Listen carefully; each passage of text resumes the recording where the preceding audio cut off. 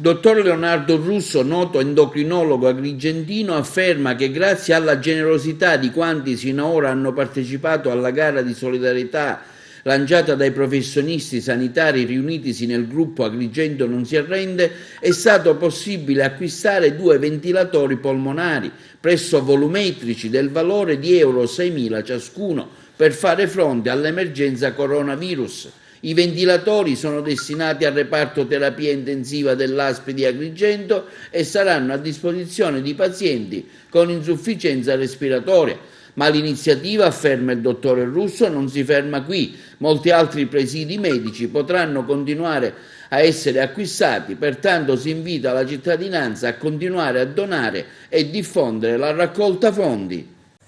Buongiorno a tutti, mi chiamo Leonardo Russo, sono uno dei componenti del gruppo Agrigento non si arrende, un gruppo che è nato inizialmente dalla volontà di tanti medici di confrontarsi in relazione a quella che è l'emergenza che sta colpendo tutto il territorio nazionale e anche nello specifico il nostro territorio, in relazione proprio all'emergenza coronavirus.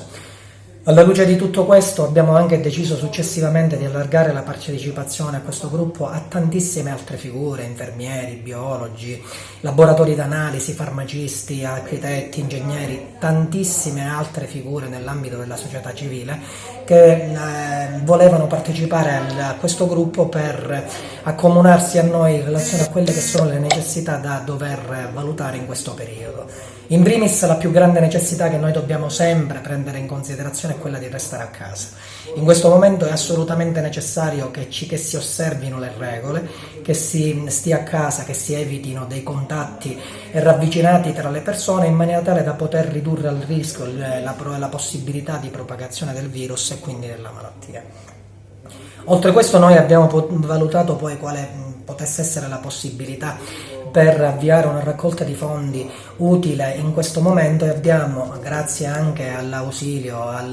all'aiuto che ci è stato dato dalla Misericordia di Favara, abbiamo attivato un iter volto alla raccolta di fondi che possono essere utili per l'acquisto di ventilatori, per l'acquisto di dispositivi di protezione individuale, per l'acquisto di qualsiasi altro elemento, di qualsiasi altra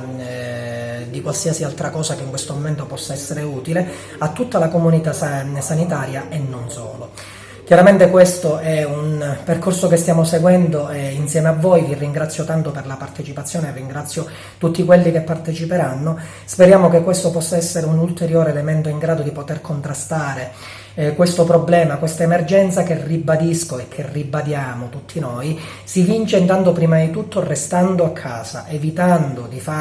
di utilizzare dei comportamenti sbagliati che possono mettere a rischio se stessi e chi ci sta vicino. È necessario restare a casa, è necessario evitare di fare cose in assoluta indipendenza. Vi ringrazio per la partecipazione, vi ringrazio per l'eventuale partecipazione a quello che è il nostro percorso che stiamo effettuando con la raccolta di fondi. Sono sicuro che ce la faremo, ma per farcela, e siamo sicuri tutti noi che ce la faremo, ma per farcela è necessario che voi seguiate le regole, che tutti noi seguiamo le regole. Grazie, grazie, grazie.